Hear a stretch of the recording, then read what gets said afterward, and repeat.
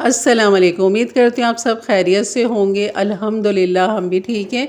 और यहाँ पर जो है आज आपको बनाना सिखाऊंगी अहमदाबादी कोरमा, और जो कि बहुत लजीज़ और मज़े का बिल्कुल डिफरेंट मसाले हैं इसके। जो एक मसाला है बिल्कुल ही हटके कि आप सोच भी नहीं सकती कि कोरमे में ये भी जा सकता है। जी जनाब, बिल्कुल जा सकता है।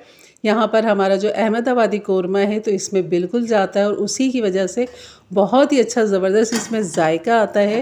तो बस यहाँ बनाना शुरू करते हैं। बिस्मिल्लाहिर्रहमानिर्रहीम।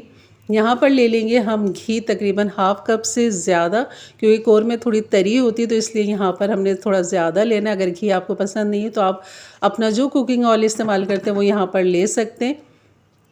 तो बस जैसे ही गर्म होगा तो यहाँ पर आप तकरीबन 1 पाव प्याज लाल करके निकाल लें और उसको चूरा करके अलग से रख दें। मेरे पास तली हुई प्याज मौजूद है इसलिए मैंने नहीं डाली। तो अदरक लहसुन मैंने डाल दिया है 2 टेबल स्पून भर के। और यहाँ पर जो ये गोश्त है तकरीबन 1 किलो गोश्त है ये। तो यहाँ पर मैं 1 किलो बीफ का गोश्त इस्तेमाल कर रही हूँ। आप यहाँ पर मटन ले सकते हैं 1 किलो चिकन ले सकते हैं। और सेम रेसिपी पूरी एंड तक इसी तरह बनाइए। तो यहाँ पर हमने बीफ को खूब अच्छा सा ही भूनना है, या अदरक लहसुन के साथ यहाँ पर खूब अच्छा सा हमने भूनना है। और सारी जो हमने भुनाई करनी है ना वो यहीं शुरू में ही करनी है हमने। और यहाँ पर पानी नहीं डालना। अब डालेंगे हम यहाँ पर मसाले, जिसमें धनिया है, साफ पिसा हुआ धनिया है 2 टेबल स्पून, लाल मिर्च है 1 टेबल स्पून, और ये है कश्मीरी लाल मिर्च है 1 टीस्पून भर के, ताकि खूबसूरत सा रोगन का कलर आ जाए कश्मीरी लाल मिर्च से। और यहाँ पर डाल देंगे नमक। हल्दी इसमें नहीं जाएगी तो हमने यहाँ नमक डाल दिया है 1 टीस्पून भर के। और बस इसको खूब अच्छा सा भूनेंगे। और दही डाल देंगे इसमें, तकरीबन 1 पाव दही इसके अंदर जाएगी 1 किलो गोश्त के अंदर।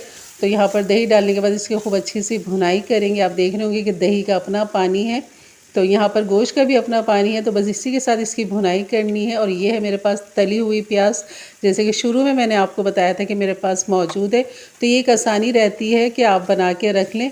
मैंने आपको तली हुई प्याज की रेसिपी भी दी है कि आपने किस तरह इसको तलना है, किस तरह पीसना है, तो वो मेरे चैनल पे मौजूद है। तो यहाँ तकरीबन मैंने तली हुई प्याज जो है 5 टेबल स्पून 6 टेबल स्पून में हाथ से डाले मैंने। और ये है पिसा हुआ भुना और पिसा हुआ सफ़ेद ज़ीरा 1 टीस्पून, ये मैंने भर के यहाँ पर डाल दिया है। और इसको खूब अच्छा सा भूनेंगे। तब तक आपने इसकी भुनाई करनी है जब तक ये अच्छा सा नीचे लगना ना शुरू हो जाए, इसका रोगन अलग ना हो जाए। आप देख रहे होंगे पानी इसका ड्राई हो चुका है, अब ये नीचे लगना बस शुरू हो रहा है, रोगन इसका अलग हो रहा है। तब तक आपने इसकी भुनाई करनी है, जैसे कि ये आपको नज़र आ रहा है। तो ये जो शुरू की मेहनत है ना 15 से 20 मिनट या 25 मिनट या आधा घंटा भी लग सकता है। आँच को आपने तेज़ नहीं रखनी, आँच आपने बिल्कुल दरमियानी रखनी है, ना कम रखें ना ज़्यादा रखें, उसी में आपने इसकी भुनाई करनी है। हमारा मसाला खूब अच्छा सा भुना हुआ होगा तो ही आपके इसमें कोरमे में जायका और फ्लेवर निकल कर आएगा। जो सारी मेहनत यहाँ शुरू में है तो यहाँ जल्दबाजी नहीं कीजिएगा कि खूब तेज़ आंच कर लें और खूब पानी इसका ड्राई कर लें, तो वो मज़ा नहीं आएगा मसाले का। जैसे कि आपको नज़र आ रहा है कि बिल्कुल फटा फटा सा दानेदार मसाला हो चुका है, और इसका जो रोगन है वो बिल्कुल अलग हो चुका है। तो बस हमारी सारी जो मेहनतें हैं वो यहीं इसकी भुनाई के अंदर है। अभी बाकी मसाले जो मौजूद हैं इसके, जो इसको अहमदाबादी कोरमा बनाएंगे, तो वो एंड में मैं आपको बताऊंगी। अभी वीडियो को एंड तक देखिएगा। बस अब यहाँ पर हमने इसके अंदर पानी डाल देना है इतना जितने इसमें गोश्त गल भी जाए और आपकी ग्रेवी खूब अच्छी सी आ जाए। ये मैं आपको रोगन दिखा रही हूँ कितना बेहतरीन अलग हो चुका है, बिल्कुल मसाला अलग है, रोगन अलग है। तब जब ऐसा हो जाए तब आप इसमें पानी डालें इतना कि आपका गोश्त खूब अच्छा सा गल जाए, और आपकी जो ग्रेवी है वो आपकी मर्ज़ी के हिसाब से हो जाए, थिन या थिक जितना आप रखना चाहें। कोरमा तो वैसे ही थिक होता है, तो बस उसी हिसाब से आपने रखना है। और मैं आपको दिखाऊंगी कि मैंने कितना रखा है। तो बस इसको चढ़ा देंगे पकने के लिए, गोश्त गलने तक के लिए। तो यहाँ पर तकरीबन इसको 30 से 35 मिनट हो चुके थे गोश्त को। तो यहाँ पर मैं देख लेती हूँ पानी भी खूब अच्छा इसका ड्राई हो चुका है जो हमने डाला था। और ये कोरमा का जो रोगन है आप देख रहे होंगे, ये कश्मीरी लाल मिर्च की वजह से इसकी खूबसूरती जायका आया है। और मज़ीद इसमें जायके के लिए मैंने ज़ाफ़रान भिगो के रखा हुआ था, और इसमें केवड़े के चंद कतरे भी मौजूद हैं। और यहाँ पर पिसा हुआ गरम मसाला हम डाल देंगे। और ये जो आखिर में मैंने डाला है ये है पिसी हुई सौंफ। ये 3 चीज़ें आपने आखिर में डालनी है, जब गोश्त गल जाए तब आपने ये चीज़ें डालनी है। ज़ाफ़रान भी डालिएगा क्योंकि इससे भी खूब अच्छा सा जायका आता है इसका अहमदाबादी कोरमे का। तो ज़रूर डालिएगा। और सौंफ तो लाजमी डालिए क्योंकि ये इसी कौरमे की जान और खुशबू जायका है। तो यकीन करें मज़ा आ जाएगा आपको ये कौरमा खा के। बिल्कुल डिफरेंट जायका है और बहुत ही लजीज और मज़े का बनता है।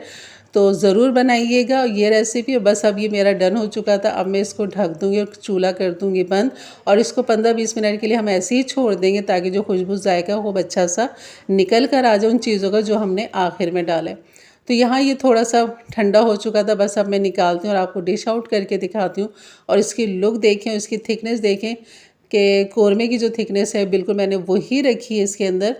तो बस ये थी हमारी आज की रेसिपी। यकीनन अच्छी लगी होगी तो लाइक कर दीजिएगा। मेरे चैनल पे नए हैं तो ज़रूर सब्सक्राइब कर दें, बेल के बटन को क्लिक कर दें, ऑल के बटन को प्रेस कर दें ताकि मेरी वीडियो की नोटिफिकेशन आपको मिलती रहे।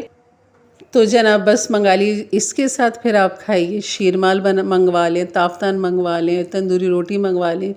घर की रोटी से भी अच्छा लगेगा, लेकिन जितना ये तंदूरी रोटी से शीरमाल से अच्छा लगता है लेकिन कौरमा मज़ा आ जाता है। तो चलिए बनाइए और इन्जॉय कीजिए। अपने लिए, अपने घर वालों के लिए बनाइए, अपने प्यारों के लिए बनाइए। इससे मज़ेदार खाने और घर के मसालों के साथ ही आपको ये सब चीज़ें मिल जाएंगी क्योंकि हर चीज़ घर में मौजूद होती है। कुछ आपको बाज़ार से लेना नहीं पड़ेगा, कोई कौरमा मसाले का डब्बा नहीं लेना पड़ेगा, बल्कि वही सारे मसाले मौजूद है जो आपके घर में, आपके किचन में मौजूद होते हैं। अगर वीडियो अच्छी लगी हो तो लाइक कर दीजिएगा। इंशाल्लाह मिलते हैं फिर एक अच्छी नई रेसिपी के साथ। तब तक के लिए इजाज़त दें। अपना बहुत सारा ख्याल रखें, दुआओं में याद रखें। अल्लाह हाफ़िज़।